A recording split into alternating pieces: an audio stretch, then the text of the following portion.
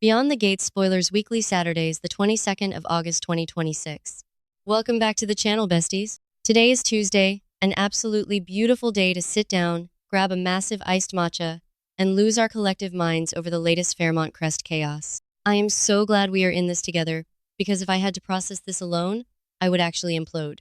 Let's dive right into the madness. You guys, I am deceased. Stop what you are doing immediately. Put down the laundry, pull over the car, cancel your meetings, because we need to talk about this now. I am literally shaking right now. My hands are genuinely trembling as I hold my phone because the absolute sheer audacity of what we just witnessed on Beyond the Gates is fundamentally altering my brain chemistry. I am hyperventilating. Send help. My soul has actually left my body. I was mid-skincare when I was processing all of this, and I straight up smeared a charcoal mask all over my white rug because my jaw hit the floor so hard. I am not okay. We are not okay. This is not a drill. This is a full-blown psychological emergency, and I need everyone in the group chat to wake up and validate my screaming. Wait, backtrack for a second. I missed a step. I need to calm down, but I literally cannot. Let's start with Leslie Thomas because she is officially on my do not perceive list. I am so done with her, but at the same time, I am so deeply invested that I am losing sleep. Bestie, be for real right now. We all saw Eva completely obliterate her mother the other day. Eva looked Leslie dead in the eye and basically said, "You are rejecting every single romantic option because you are still pathetically pining for Ted Richardson." And honestly, Eva did not stutter. She clocked her own mother so hard I felt the whiplash through the screen. But here's the thing that is making me spiral into a completely different dimension of frustration. Leslie knows Eva is right. Whenever Leslie is sitting there, staring off into space, she is constantly replaying Eva's advice in her head. But what is she actually thinking about? Marcel? You guys, Marcel. I am screaming into a pillow just thinking about this man. Marcel makes Leslie feel so incredibly special. He is right there. He is literally handing her the world on a silver platter. And she genuinely loves him. She does. But she refuses to say it out loud, which is honestly so unhinged because why are you gatekeeping your own happiness, Leslie? You have this amazing man who is basically the blueprint for a healthy relationship, and you are just sitting there, zipped up tighter than a winter coat, refusing to admit your feelings. Oh, hold on. I should have mentioned this earlier, but I am too hyped to stay on track. Why is she doing this? Because of Ted. Freaking Ted Richardson. The teddy bear. I cannot even deal with this right now. Leslie has this absolute, straight-up toxic obsession with her past relationship with Ted. It is a sickness at this point. She is holding on to this delusional hope for a future with Ted, a future that is completely fabricated in her own mind, and it is literally paralyzing her. She is dragging this emotional baggage around like a designer suitcase she refuses to check at the airport. It is preventing her from healing. It is preventing her from moving on with Marcel. It is basically sabotaging her entire existence, and I am sitting here watching it happen like a slow-motion car crash. I am calling it right now. The villain arc is about to go nuclear if she doesn't snap out of it. Leslie is going to try to get over this infatuation with Ted, but it is going to be the most agonizing, excruciatingly difficult thing she has ever done. Why? Because she has been clinging to this dream for so long that it has basically become her entire personality. Did I say that yet? Ugh, my brain is mush. Moving on, but seriously, she has held on to Ted for so long that she literally has to relearn the basic human concept of letting go. She has to go back to emotional kindergarten and figure out how to release the past, manifesting a total dumpster fire by the next update if she doesn't figure this out, because Marcel does not deserve to be the backup plan to a ghost. Wait, I'm glitching. Okay, back to the main event. Because if you thought Leslie was a mess, we need to immediately pivot to Nicole Dupree. I literally had to yeet my phone across the room when I started putting the pieces together about Nicole. Besties, it has been over a year. Over a year since the absolute wreckage of her breakup with Ted. And for that entire year, Nicole has been actively refusing to look at herself in the mirror. She has been playing this exhausting game of pretend, acting like she is totally fine, totally thriving, when in reality, she was a walking, talking void of trauma. And how did she fill that void? With random men. Just a revolving door of distractions to keep her from having to sit in silence with her own thoughts. But wait, and this is the part where my soul actually left my body. Do you know what she was doing while she was with those other men? She was fantasizing about having sex with Ted. I'm literally screaming. I am unwell. I need a moment.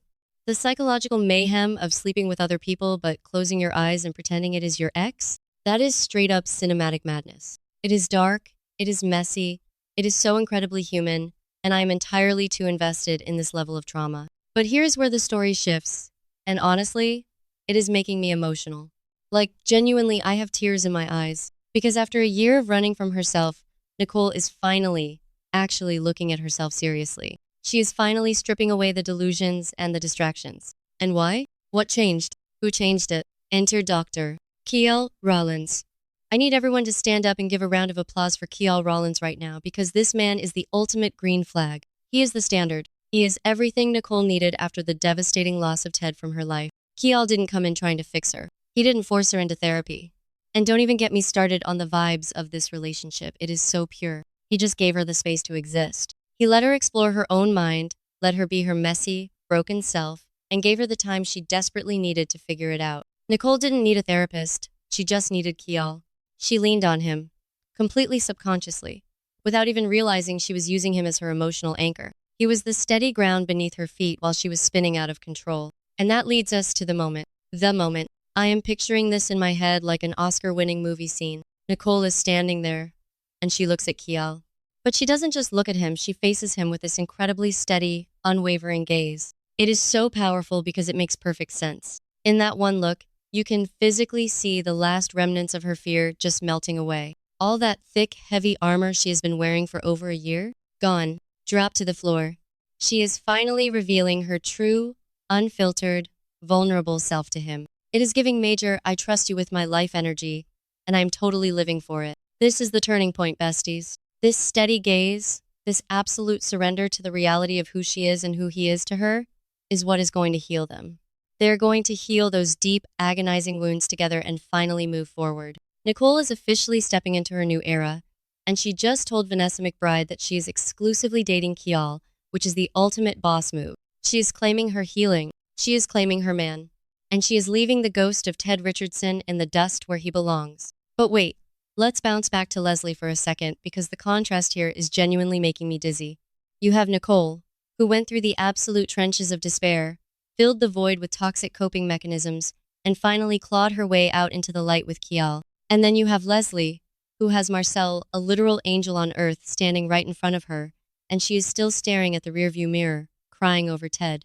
It is infuriating. It is a masterclass in self-sabotage. I am physically vibrating from the frustration of watching Leslie fumble the bag this hard. Honestly, I keep getting distracted by the tiniest details. Like, I was rewatching the hospital scenes with Bill and Danny, and the lighting in that hospital room was so aggressively fluorescent it was giving me a headache, but then my brain immediately snapped back to Leslie and Marcel. Like, what is Marcel's aesthetic? I bet he wears those really nice, expensive knit sweaters and smells like cedarwood and stability. And Leslie's just throwing that away for a man who has completely moved on. Did I mention Ted is out here giving advice to Andre and reuniting with Carlton? Ted is living his life. Ted is booked and busy. And Leslie is sitting at home, trapped in a mental prison of her own making. I am literally pacing my living room right now. I cannot sit still. The stakes are astronomical. If Leslie doesn't wake up and smell the coffee, she is going to lose Marcel forever. And you know what? She would deserve it. There, I said it. I am dragging her because she is acting like that one problematic friend in the group chat who keeps going back to her toxic ex while ignoring the literal Prince Charming waiting in her DMs. Bestie, we have all been there. But at a certain point, you have to stand up. You have to look in the mirror, channel your inner Nicole Dupree, drop the armor, and embrace the good things happening to you. But I have to ask myself, is it really that easy? Letting go of a dream you've nurtured for years is like grieving a real person. Leslie is mourning a future that never even existed. And that kind of grief, it is sticky. It is messy. It clings to your ribs and makes it hard to breathe. She has to unlearn the habit of loving Ted. And that is why I am so stressed out, because I don't know if she has the strength to do it. Ava called her out, which was the wake-up call she needed. But will she actually answer the phone? Or will she just hit snooze and go back to dreaming about Ted? And what about Nicole? Are we totally sure the fantasies are gone? I mean, a year of visualizing your ex every time you are intimate with someone else does not just vanish overnight, right? But that steady gaze with Kiel, that felt definitive. That felt like an exorcism of Ted's memory. Kiel's patience is honestly supernatural. If I were Kiel and I knew my girlfriend had been mentally projecting her ex onto other men for a year, I would need a moment. But Kiel is just built different. He is the ultimate healer. I'm calling it right now, the parallel storylines between Leslie and Nicole are going to collide. We are watching two women deal with the exact same ghost, the ghost of Ted Richardson. One is finally banishing the ghost, and the other is setting a place for it at the dinner table. It is poetic, it is tragic, it is a high-octane psychological masterpiece, and I am eating up every single crumb of this drama. I need to know what you guys think, because my brain is officially fried. I've talked myself into a circle, and I am genuinely exhausted from the emotional gymnastics. Look at me. I am a tear-streaked mess at 3 a.m. recording this because I physically could not sleep knowing Leslie is out here ruining her own life. So, I am turning it over to you. Drop everything and get in the comments right now. Will Leslie ever actually get over her feelings for Ted? Or is she doomed to push Marcel away forever? Let me know your thoughts down below, because I am going to be refreshing the comment section like an absolute maniac. Stay unhinged, besties, and I will see you in the next update.